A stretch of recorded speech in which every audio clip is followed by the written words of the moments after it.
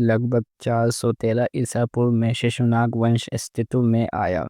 ये वही शिशुनाग वंश था जिसने हर्यक वंश को मगध से उखाड़ फेंका और मगध साम्राज्य को विशाल बनाया। लेकिन आखिर क्या हुआ था? शिशुनाग वंश दो शासकों के बाद कमज़ोर पड़ गया। आखिर क्यों? आखिर शिशुनाग राजा की हत्या कर दी गई। और किसने हत्या की थी? और कौन था वो हत्यारा? आज आप इस वीडियो में शिशुनाग वंश की अस्तित्व में आने से लेकर आखिरी शिशुनाग राजा की हत्या तक पूरी कहानी समझेंगे। वीडियो को बिल्कुल भी स्किप मत कीजिएगा। इतिहासकारों के अनुसार लगभग 413 ईसा पूर्व में हर्यक वंश के आखिरी राजा को शिशुनाग ने प्रजा के साथ मिलकर मरवा दिया और सत्ता हासिल की। इस तरह शिशुनाग के नाम पर इस वंश का नाम शिशुनाग वंश रखा गया और इस वंश की स्थापना हुई। यह वंश मगध पर राज करने वाला दूसरा राजवंश था। पर शिशुनाग कौन था ये जानना भी बहुत ज़रूरी है। शिशुनाग के बचपन के बारे में इतिहास में ज़्यादा कुछ नहीं मिलता, पर बौद्ध ग्रंथ के महावंश के अनुसार शिशुनाग एक लिच्छवी राजा के पुत्र थे और हर्यक वंश के आखिरी राजा नागदशक के अमात्य थे, यानी प्रधानमंत्री थे। और साथ ही साथ वो वाराणसी के गवर्नर भी थे। वे बहुत काबिल ईमानदार थे और इसी ईमानदारी और उदारता की वजह से उन्होंने जनता का दिल जीत लिया। बनारस की जनता उन्हें बहुत प्यार और स्नेह दिया करती थी। पर हर्यक वंश की लगातार पितृहत्या के खूनी खेल से मगध की जनता इस वंश से परेशान रहने लगी और आखिरकार जनता ने विरोध करना शुरू कर दिया। कहा जाता है कि शिशुनाग ने ही जनता को हर्यक वंश के खिलाफ भड़काया था और जनता द्वारा नागदशक की मृत्यु करवाने के बाद जनता की सहमति से मगध का नया राजा बन गया और मगध पर उदय हुआ नए वंश का, शिशुनाग वंश का। शिशुनाग को राजा बनने के बाद एक बड़ा विशाल और समृद्ध साम्राज्य मिला था, मगध, जो आज का बिहार राज्य है।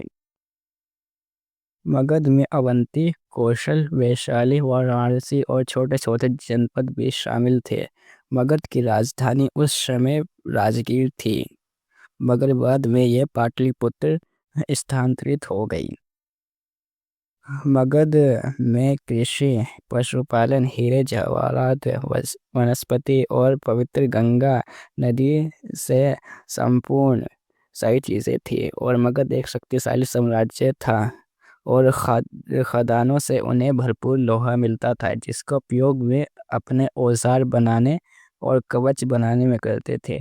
इतना ही नहीं बल्कि मगध में इतनी हरियाली थी कि पेड़ पौधों की वजह से मगध के अधिकतर जनपद जंगल जैसे लगते थे और उन्हें अपनी प्रजा आर्मी के लिए भरपूर लकड़ियाँ भी मिल जाती थी, जिससे शिशुनाग वंश के राजा अपने प्रजा का भरपूर पोषण कर पाते थे। लेकिन हर साम्राज्य में युद्ध भी होते ही हैं।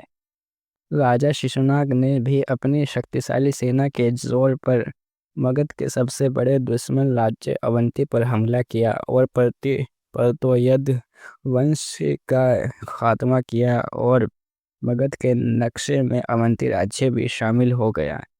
और ये बात आपको जाननी चाहिए कि ये वही अवंती राज्य था जिसे कभी हर्यक वंश के महान राजा बिंबिसार और अजातशत्रु भी नहीं जीत पाए थे। हालांकि वो बहुत ज़्यादा शक्तिशाली राजा थे, पर मैं अवंती को कभी जीत नहीं पाए थे।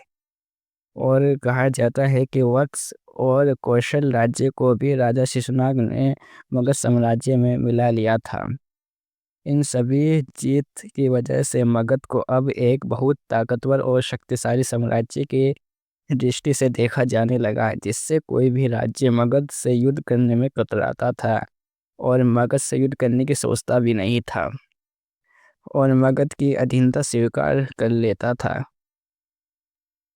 पर राजा शिशुनाग राज्य जीतने के बाद जल्द ही मृत्यु को प्राप्त हो गए। उनका शासनकाल 413 ईसा पूर्व से 395 ईसा पूर्व यानी लगभग 18 साल तक माना जाता है, जिसके बाद उनके बेटे कालशोक ने मगध की गद्दी संभाली। हिंदू धर्म ग्रंथों के अनुसार राजा कालशोक को काकवर्ण नाम से भी जाना जाता है मगध की गद्दी पर बैठने से पहले कालशोक भी अपने पिता के ही जैसे वाराणसी के गवर्नर थे। 388 ईसा पूर्व में यानी गौतम बुद्ध के 100 साल बाद बौद्ध भिक्षुओं के बीच बौद्ध धर्म के नियमों को लेकर मतभेद होने लगा, जिसे रोकने के लिए राजा कालशोक ने दूसरी बौद्ध परिषद सेकंड बुद्धिस्ट काउंसिल का आयोजन किया, पर उनकी ये कोशिश नाकाम रही और बाद में बौद्ध धर्म दो संप्रदायों टुकड़ों में बट गया, महासांगिक और स्थरावित। और राजा कालशोक की मृत्यु के बाद उनका साम्राज्य मगध छोटे छोटे टुकड़ों में बट गया, क्योंकि उनके 10 बेटों ने मगध के हिस्से कर उन पर राज करने का फैसला किया, पर यह करने से मगध साम्राज्य कमज़ोर हो गया और कोई भी ताकतवर राजा नहीं बन सका। शिशुनाग वंश के महान शासक राजा शिशुनाग और उनके बेटे कालशोक ही थे, मगर इन दोनों शासकों के बाद कोई भी बेहतर और ज़्यादा ताकतवर शासक नहीं आ सका। पर अब मगध कमज़ोर पड़ चुका था और आखिरी शिशुनाग वंश के राजा महानंदिन, जो कमज़ोर राजा थे, उनकी हत्या महापद्मनंद द्वारा कर दी गई, जिसे शिशुनाग वंश का पूरी तरह से खात्मा हो गया और उदय हुआ एक नए वंश का, नंद वंश, जिसने मगध को और ज़्यादा शक्तिशाली बना दिया। शिशुनाग वंश ने लगभग 68 साल तक राज किया और उस समय संस्कृत, मागधी, प्राकृत भाषाएं बोली जाती थी और हिंदू, जैन, बौद्ध धर्म मुख्य धर्म थे। पर अब शिशुनाग वंश समाप्त हो चुका था और नंद वंश सत्ता में आ चुका था। अगर आपको ये जानना है कि कौन था महापद्मानंद और उसने क्यों राजा महानंदन की हत्या की और उसका मकसद क्या था, जानने के लिए हमारी नेक्स्ट वीडियो ज़रूर देखिएगा। नेक्स्ट वीडियो जल्दी अपलोड की जाएगी। हमारे चैनल को सब्सक्राइब कर लीजिए।